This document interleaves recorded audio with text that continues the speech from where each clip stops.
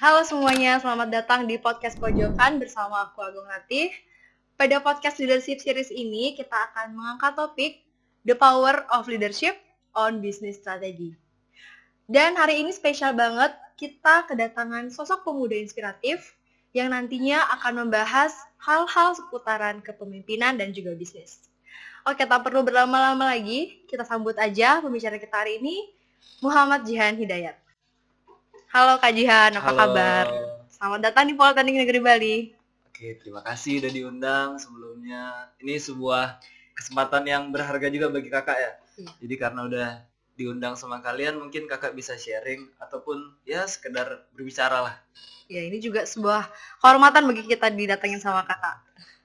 Oke, jadi Kak Jihan ini merupakan sosok pemuda inspiratif yang juga berbisnis nih. Dan bisnis beliau bergerak di bidang F&B, yaitu supplier dimsum Bali yang menyediakan dimsum dengan kualitas terbaik dan pastinya halal. Bisnis beliau, kalau dicari di Google nih, supplier dimsum Bali. Nggak tanggung-tanggung, bisnisnya Kak Jihan tuh berada di baris pertama pencarian Google loh. Dan hal tersebut membuktikan bahwa Kak Jihan sudah menerapkan strategi marketing yang sangat baik. Oke, jika ngomong-ngomong soal bisnis, udah pasti nggak bisa lepas dari namanya keputusan dan juga strategi. Sehingga aku yakin banget nih, Kak Jihan pasti memiliki skill leadership yang baik dalam mengelola bisnisnya sampai di titik sekarang. Oke, first thing first Kak Jihan. Ngomong-ngomong soal leadership, perspektif Kak Jihan mengenai leadership itu apa sih? Oke, mungkin kakak koreksi sebentar ya. Jadi dari pertama kita bicara bisnis, mungkin masih banyak orang yang di atas kakak, masih banyak juga teman-teman kakak yang kakak rasa lebih hebat dan mungkin sepantasnya untuk duduk di sini nih. Tapi mungkin kalau dari kakak pribadi, kakak cuma pedagang biasa yang berjualan dimsum. Mungkin di sini bisa dilihat ya dimsumnya. Kakak bawa beberapa varian. Kemudian bicara soal leadership itu skupnya mungkin luas juga. Kakak juga bukan orang akademisi yang mempelajari betul tentang gimana cara manajemen bisnis atau tata cara mungkin mengelola orang atau semacamnya tentang kepemimpinan. Kakak bukan seperti itu. Kalian juga yang lebih ahli karena kalian kan kuliah manajemen bisnis ya, apalagi di Politeknik Negeri Bali kan katanya berstandar internasional. Wah, waduh. Ya gitu aja. Jadi soal leadership itu kalau dari perspektif kakak ya, kakak mungkin nggak bahas dari segi akademisi atau dari kakak bicara dari pengalaman ya. Kalau soal leadership itu kakak start mulai dari diri sendiri karena harfiah seorang pemimpin itu gimana dia cara memimpin diri sendiri dulu, kemudian sekitarnya, kemudian di lingkungan keluarga, lingkungan pertemanan, persahabatan, mungkin baru masuk ke sekolah, organisasi, atau mungkin nanti baru ketika dia memiliki kerjaan atau bisnis, mungkin di sana mungkin terlihat apa yang dimaksud dengan leadership tadi. Tapi kalau dari kakak pribadi, gimana cara kalian memimpin diri sendiri? Kalian punya boundaries, kalian punya settle dari kalian sendiri. Misalnya nih, tiap pagi aku harus bangun jam 4. Mungkin yang Islam ibadah atau yang agama lain dia mau bangun pagi untuk olahraga dulu. Iya. Jadi gimana cara kalian untuk mengelola diri sendiri dulu? Kalian bisa memimpin, kalian punya jadwal-jadwal yang harus kalian tepati, gimana cara kalian ngatur. Dari situ mungkin kalian membiasakan, ntar lama-lama menjadi sifat, kemudian menjadi karakter, sehingga itu udah terbiasa soal memimpin itu. Ya mungkin itu dari kakak ya. Jadi dimulai dari diri sendiri dulu, baru kalian merambah ke yang lain. Mulai dari hal kecil sendiri dulu ya kak ya. Wah, Kak Jihan ini rendah hati banget ya teman-teman. Oke, kalau misalkan dalam hal bisnis nih kak, kan otomatis kerja sama yang kuat tuh sangat dibutuhkan kak. Dan setiap tim itu pasti terdapat individu yang memiliki karakter yang berbeda-beda. Yang mungkin kebetulan ada yang cocok dengan kakak atau enggak. Nah, Kak Jihan di sini sebagai leader dalam bisnisnya, bagaimana cara kakak merangkul rekan-rekan kerja kakak agar tetap kompak dan tetap satu tujuan sama kakak? Boleh tuh, bagus pertanyaannya. Jadi kakak pernah baca istilah ada perbedaan antara pemimpin dan bos.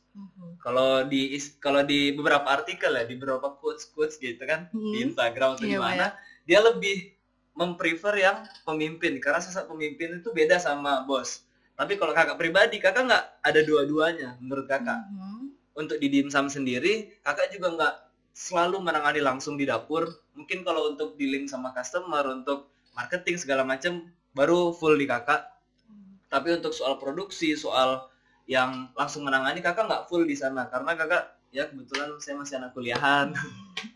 Masih umur 22 tahun ya kan, September 22 tahun, jangan lupa beliin kado tanggal 23.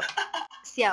Jadi kebetulan kayak gitu. Kalau kakak nggak menyebut kakak pemimpin di bisnis, nggak menyebut bos juga, semua sama teman-teman. Jadi ketika banyak pertanyaan kan, gimana pas COVID bisnis malah turun. Kalau di kakak pribadi ya, khususnya di dimsum ini, justru saat COVID kita yang memang lagi bangkit dan naik. Jadi pertama tuh kita lihat kan, oh banyak nih yang buka gerobak dimsum, banyak yang buka kedai-kedai segala macam. Tapi kalau kita bersaing juga di sana, apakah bisa dengan kapasitas yang sekarang? Nah, sedangkan kebetulan kakak juga punya teman-teman yang memang menggeluti dimsum sudah puluhan tahun gitu. Jadi ada yang memang chef, ada yang memang cook di berbagai hotel atau restoran, jadi begitu. Nah, soal yang di dapur sendiri, ada teman kakak yang memang menghandle langsung di sana. Justru kalau kalian nanya sama kakak, gimana sih pemimpin yang bagus? Menurut kakak, dia juga pemimpin yang bagus menurut kakak. Karena dia juga yang bantuin kakak. Menurut kakak, soal pemimpin itu jadi sama-sama butuh ya. Jadi kalau di dapur tuh, di dimsum, kita sama-sama butuh, mereka saling membantu lah ya. Karena COVID kan, ada beberapa yang kehilangan pekerjaan, ada yang memang butuh uang tambahan, jadi kita sama-sama buka, sama-sama membantu kesannya. Jadi ketika ada uang lebih, ya udah kita sharing, kita beliin apa segala macam. Jadi nggak ada yang sistemnya ada bos, ada karyawan atau ada apapun. Jadi semua sifatnya membantu, kerangkul. Mungkin kalau cara apa ya di organisasi, ada yang namanya pertama LBT, ada mungkin basis tuh kayak cara memupuk kekeluargaan. Kalau di organisasi mungkin kayak gitu ya.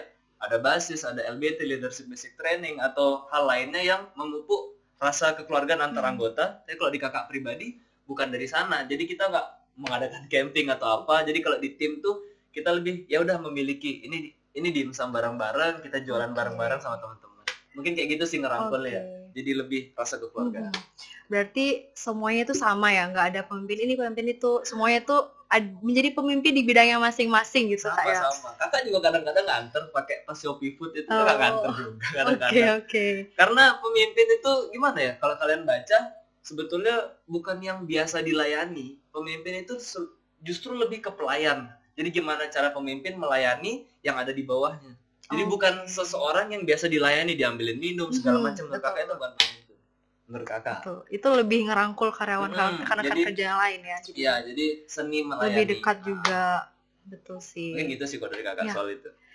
Oke, tadi kakak menyinggung soal pedagang dimsum kaki lima sudah banyak nih kak. Terus kakak nih sebagai business owner juga, supplier dimsum lagi. Itu tanggapannya gimana kak? Atau mungkin kakak ada strategi khusus agar bisnis kakak tuh bisa tetap eksis dan terus bisa bersaing ke depannya? Gimana tuh? Jadi soal tadi itu sebenarnya di awal itu ya. Jadi ketika banyak yang buka gerobak dimsum, banyak yang buka restoran atau kedai atau angkringan sekalipun yang memang ada dimsumnya, kakak mikir kapasitas kakak. Kalau kakak buka seperti itu, apakah saya punya modal? Itu pertama satu. Yang kedua, apakah saya bisa menyaingi yang udah berjalan? Nah, ketika itu menjadi pertanyaan di kakak ambillah gimana kalau aku yang menyediakan bahan pokoknya. Jadi ketika udah contoh nih coffee shop, teman kakak ada yang punya roastery house. Jadi cerita sedikit ya. Jadi konsepnya sama. Udah banyak yang punya coffee shop, kenapa kita buka coffee shop lagi? Kenapa nggak buka roastery house-nya kita yang masuk? Itu yang teman kakak kopi. Jadi kalau yang kakak udah banyak kedai dimsum, udah banyak gerobak, kenapa kita buka dimsum? Kenapa nggak kita mencoba yang masuk ke sana? Karena setahu kakak di Bali belum ada production house yang memang memasuk dimsum secara itu ya, bisa bersaing secara harga gitu ya. Karena mungkin kalau di kedai, di restoran, mereka bisa istilahnya bisa mengambil margin yang tinggi, sedangkan kalau yang di supplier, di first hand-nya, kita bicara MOQ soalnya kan. Jadi kalau MOQ-nya banyak, di situ mungkin kita baru bisa ya meraih margin yang lumayan lah istilahnya. Itu perbedaannya kalau kalian main di supplier sama yang di B2C-nya. Kalau kalian emang merangkul buat customer, kalian mungkin bisa dapat margin yang lebih gede. Tapi kalau kalian main di sini, ini diusahakan B2B. Jadi ya begitulah. Oke, berarti selama ini kakak menjalaninya B2B ya sekarang ya kak ya? Nah ini juga pertama tuh masih B2C, jujur bukan B2C lagi malah masih B2F mungkin, to friends. Oke, pertama ke temen dulu. Iya, jadi teman-teman tuh yang bantu, teman-teman SMA, ada yang order di Dalung, kakak kantor dari Purigadi juga. Bayangin, free ongkir pula. Masih ingat ya kakak bakal inget terus tuh teman-teman yang pertama kali ngorder. Karena dari dia kakak semangat gitu loh. Tetap semangat marketing segala macam nawarin kemana-mana. Nah jadi awalnya itu cuman kan mikir kalau gini terus ya susah juga. Nah, akhirnya barulah setelah udah mulai dikenal baru mulai ke B2B. B2C masih beberapa, cuman ya mungkin sekedar tester, mungkin sekedar teman-teman yang mau nyoba boleh silakan. Gitu sih. Oke, menarik banget nih. Pertama tuh dari teman-teman biar lebih semangat ya, sekaligus marketing kan Kak ya. Iya. Jadi dari teman dekat dulu. Tapi Kak, aku penasaran dari awal. Gimana sih bisnis dimsum ini pertama terbentuk? Apa yang membuat Kakak memutuskan untuk terjun di bidang F&B ini, khususnya dimsum gitu? Kenapa harus dimsum? Ya. Oke. Jadi soal pertama kali terbentuknya, tuh sebenarnya tadi teman kakak dia memang udah buka bisnis, cuman mungkin belum semasif sekarang. Jadi istilahnya kakak kerjasama, jadi kayak ayo buat yuk gitu. Model pertama cuma dari itu doang intinya, karena emang dia udah punya skill. Teman kakak ini dia udah bisa masak emang yang kualitasnya ya teruji lah, mantap pokoknya. Kakak kita bicara, akhirnya oke, dia mau buka bareng. Ya udah, akhirnya kakak tadi makanya kalau kakak bicara tentang produksi, tentang di dapur terus, kakak nggak bisa jawab apa-apa banyak karena kakak di sana juga bukan kakak yang nanganin langsung segala macam. Tapi kalau kalian nanya cara dealing customer, cara marketing, mungkin cara tadi website yang kau bilang di pertama, sebenarnya tuh kakak bukan anak IT juga. Kakak nggak pernah pakai AdSense dari awal website tuh jalan sampai sekarang pakai AdSense, nggak pernah pakai codingan. Kalau kalian lihat website juga website biasa doang. Sebenarnya tuh main di logikanya SEO kemarin, Search Engine Optimization ya namanya kalau di akademisi. Iya betul. Cuman kakak baru tahu namanya SEO. Jadi logikanya gitu aja. Kakak cuman bermain apa sih yang orang pikirin kalau nyari di Google. Jadi kakak cuma nyari itu doang. Akhirnya ya berkat izin Tuhan juga alhamdulillah karena orang tua, makanya si website bisa menghasilkan customer yang ya lumayan banyak. Dan ya walaupun namanya Bali juga ya udah keluar beberapa lah udah. Jadi kurang lebih sih begitu. Oke, berarti awalnya tuh joinan sama teman kayak kakak di bagian manajemennya, dan temannya ada yang bagian produksi seperti itu ya? Ya, mungkin bukan bicara manajemen produksi ya, bukan. Lah kamu yang masak, aku yang masarin gitu aja. Oh iya, lebih sesimpel sederhana itu ya. Makanya soalnya kakak bukan orang bisnis. Kalau kalian nanya, Kak gimana nih strategi bisnis, gimana nih? Dari judulnya leadership, bisnis, strategi ya. Itu sebenarnya berat bener nih. Apalagi kampus bisnis yang ngundang. Kalau bicaranya cuma pedagang, nah kakak nih cocok pedagang. Cuma pedagang siomay, karena kakak dari ini cerita sedikit juga ya. Kalau bicara perjalanan, sebenarnya dari kakak SMP, SMA itu emang kakak udah suka dagang. Dari dulu kakak ya banyak lah. Mau skincare kah, mau motor kah, mau semua banyak. Kakak emang sukanya dagang gitu. Jadi kalau bicara bisnis, mungkin kakak bukan seorang pebisnis, tapi kalau bicara pedagang, ya udah kita cuma berdagang biasa aja gitu. Lebih simpel lah. Berarti sebelum menggeluti bisnis dimsum ini udah pernah berbisnis sendiri? Udah banyak. Skincare itu berarti udah pernah udah banyak banget mungkin. Oke. Ya untuk bicara apa yang didagangin sebelumnya udah banyak. Udah dari kan kakak udah bilang kan emang suka kayak bicara sama orang, kayak menawarkan sesuatu, menghasilkan sesuatu tuh emang ya mungkin kakak passion dan suka juga. Pernah tuh SMA. Ketika yang lain pada bawa buku, kakak bawa Nature Republic itu tuh. Kakak bawa Nature Republic, bawa Freeman. Bayangin tuh, gara-gara gimana ya? Teman kakak tuh ada yang cantik satu kan. Cantik lah. Kalian tahu, mungkin kamu tahu juga namanya. Iya, sebetulnya saya tahu. Di SMA lah, pokoknya ada yang cantik satu, kakak ajak lah. Kan cakep dia kan. Ya mungkin bisa buat testimoni segala macam kan untuk skincare, apalagi dulu masih heboh-hebohnya ya. Skincare dari Korea, tapi belum masuk di Indonesia lah khususnya. Jadi kakak beraniin main, itu juga modalnya cuma Shopee sama Tokopedia doang. Tapi beresikonya kan kalau dulu kan gara-gara red line segala macam. Kita masuk ke Batam karena red line baru. Ya mungkin masalah-masalah kecil kayak gitu doang.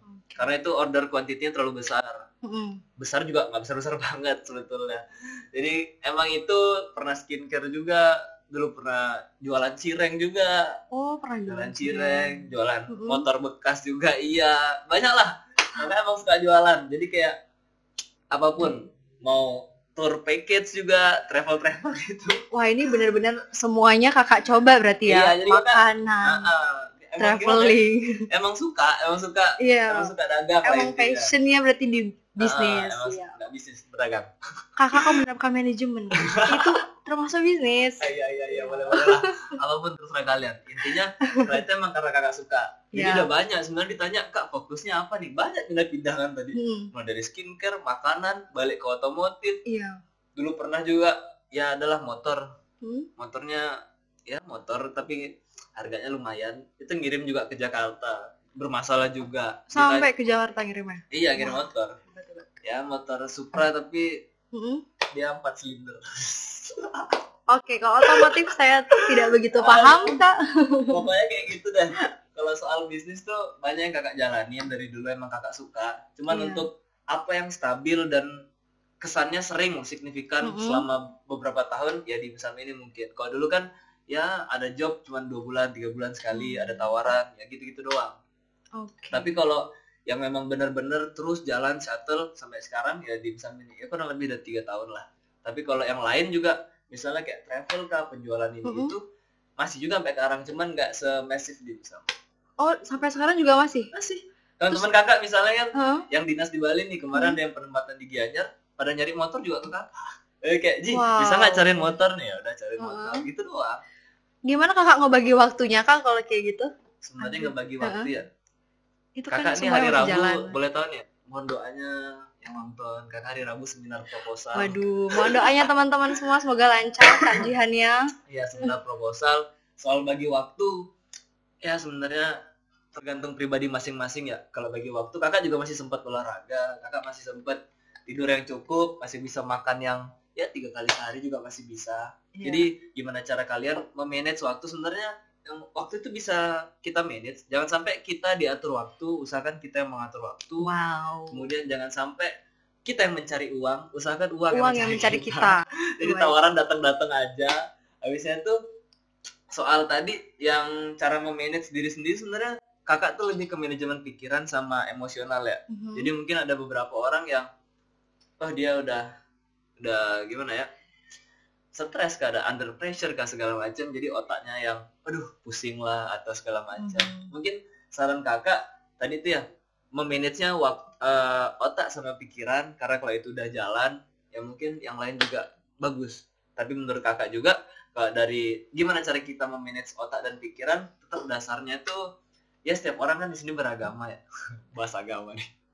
Jadi usahakan pegang teguh apapun agama kalian pegang teguh sana karena mengajarkan kebaikan. Kalau orang dari itunya udah dipegang dari agama, mungkin dari yang lain-lainnya juga ya insya Allah lancar lah. Mulai dari agama, mulai dari kuliah tetap jalan, mungkin kerjaan ada yang kalian bekerja gitu. Intinya itu kita harus bisa manage diri sendiri dulu, baru betul. kita bisa manage hal-hal yang lain ya, Kak Betul. ya. Apapun aspeknya tadi, bicara betul. kepemimpinan, bicara apapun lah. Mau bicara tadi manajemen waktu, usahakan dari diri sendiri dulu kalian mulai, kalian sampai bisa ngatur diri sendiri, baru kalian bicara melangkah ke yang lain. Gitu sih menurut Iya, aku. betul sekali. Karena kita harus bisa ngontrol dari dalam diri kita, karena kita nggak bisa ngontrol hal-hal di luar dalam diri kita. Sepakat. Itu ya, Kak ya. Sepakat. Oke, kalau terakhir nih Kak, closing. Ya, terakhir. Mungkin Kakak ada pesan-pesan untuk calon-calon pemimpin dan yang entrepreneur di luar sana sedang menonton? Entrepreneur.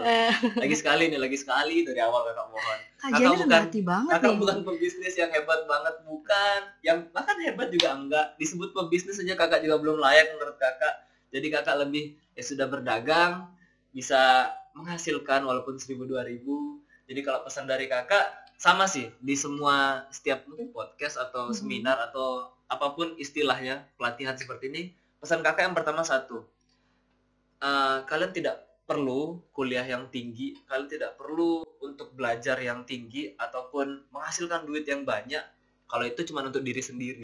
Tapi cukup kalian sekolah sampai batas kalian, cukup cari uang walaupun hanya 1.000-2.000, yang penting itu bermanfaat untuk sekitar. Wow. Jadi ketika itu diri sendiri, kakak cuma tepuk tangan, tapi ketika itu untuk orang lain juga, mungkin kakak standing applause buat kamu.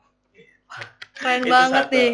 Itu satu. Terus yang kedua, karena ini bisnis, menurut kakak ada istilah di bisnis gini, kalau kamu punya skill, buka bisnis kamu yang buat, silahkan dijual. Kalau kamu punya duit, kamu bisa outsource orang, bisa juga buka bisnis. Cuman ada lagi satu, kamu nggak perlu skill, kamu nggak perlu duit juga yang besar, tapi gimana cara kamu merangkul orang, gimana cara kamu mengajak kerja sama, ayo, contohnya kayak gitu tadi. Saling join, saling bantu Iya, gitu jadi Kak ya.